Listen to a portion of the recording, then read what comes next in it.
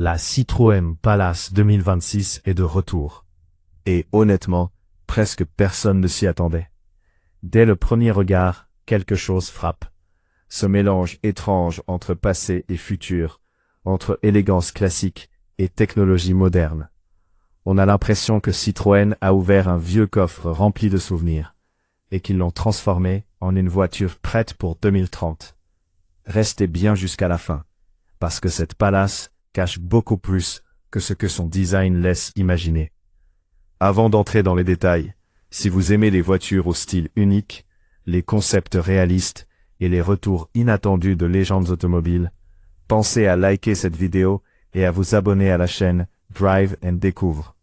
Ça aide énormément la chaîne, et surtout, ça vous garantit de ne rien rater des prochaines découvertes. Allez, maintenant, entrons dans le cœur de cette Citroën Palace 2026. Quand on prononce le nom Palace, impossible de ne pas penser à la mythique DS Palace des années 70. Une voiture qui incarnait le luxe à la française, le confort absolu et une certaine audace que peu de constructeurs osaient à l'époque. Avec cette version 2026, Citroën ne copie pas simplement le passé. Il le réinterprète. La face avant est immédiatement reconnaissable, avec une signature lumineuse fine, élégante, presque artistique. Les feux semblent flotter, comme suspendus, et donnent à la voiture une présence très forte sur la route, même à l'arrêt. De profil, la Palace 2026 adopte une silhouette fastback très fluide. Les lignes sont tendues, mais jamais agressives. Tout est pensé pour donner une impression de mouvement constant.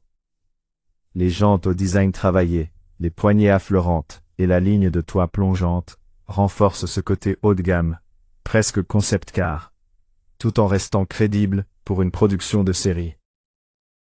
À l'arrière, la signature lumineuse est large, moderne, et donne une vraie identité nocturne à la voiture. On la reconnaît instantanément.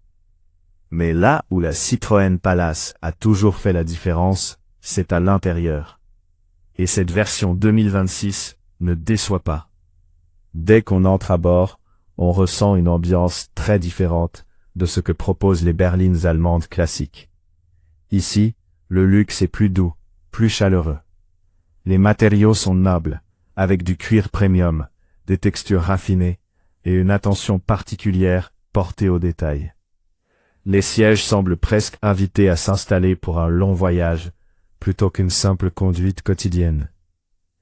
Le poste de conduite est dominé par 2 écrans haute définition, parfaitement intégrés, sans surcharge visuelle. Tout est clair, lisible, intuitif. Citroën mise sur une technologie avancée, mais jamais intimidante. L'éclairage d'ambiance joue un rôle clé, créant une atmosphère relaxante, surtout de nuit. Et bien sûr, impossible de parler de la Palace sans évoquer la suspension. La fameuse suspension hydractive fait son retour, encore améliorée, promettant un confort de roulage exceptionnel, comme si la voiture glissait littéralement sur la route. Sous le capot, ou plutôt sous le plancher, la Citroën Palace 2026 entre pleinement dans l'ère moderne. Elle est proposée avec plusieurs motorisations, notamment des versions hybrides et une version 100% électrique. La plus performante annonce jusqu'à environ 350 chevaux, offrant des accélérations franches, mais toujours maîtrisées.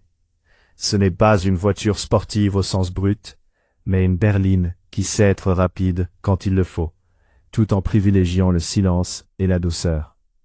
En version électrique, l'autonomie annoncée tourne autour de 600 km, ce qui la place clairement dans le haut du panier. La recharge rapide permet de récupérer une grande partie de la batterie en peu de temps, rendant la Palace parfaitement adaptée aux longs trajets européens. Citroën a clairement voulu prouver qu'une voiture électrique pouvait être à la fois performante, confortable et émotionnelle. Côté technologie embarquée, la Palace 2026 intègre tout ce qu'on attend d'une berline premium moderne. Aide à la conduite avancée, conduite semi-autonome sur autoroute, maintien actif dans la voie, régulateur adaptatif intelligent et système de sécurité de dernière génération.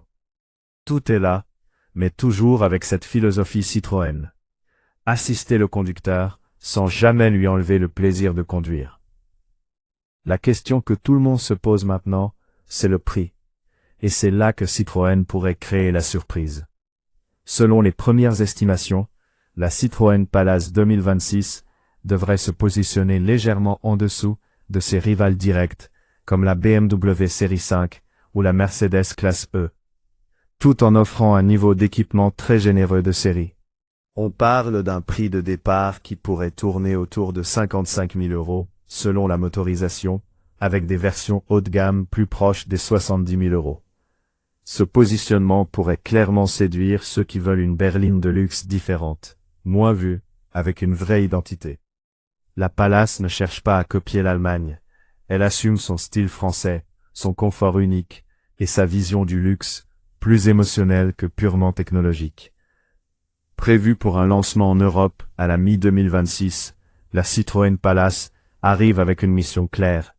Redonner à Citroën une place forte dans le segment des grandes berlines premium. Et honnêtement, quand on voit le travail réalisé sur ce modèle, on se dit que la marque est peut-être en train de réussir l'un de ses retours les plus ambitieux de ces dernières années. Si cette Citroën Palace 2026 vous a surpris, dites-le moi en commentaire. Est-ce que vous la choisiriez face à une BMW ou une Mercedes, ou est-ce que vous pensez que le marché n'est pas encore prêt pour ce type de luxe à la française? N'hésitez pas à partager cette vidéo avec un ami passionné d'automobile. Ça aide énormément la chaîne. Merci d'avoir regardé cette vidéo sur Drive & Découvre. Abonnez-vous si ce n'est pas encore fait. Et on se retrouve très bientôt pour une nouvelle découverte automobile qui, elle aussi, risque de vous surprendre.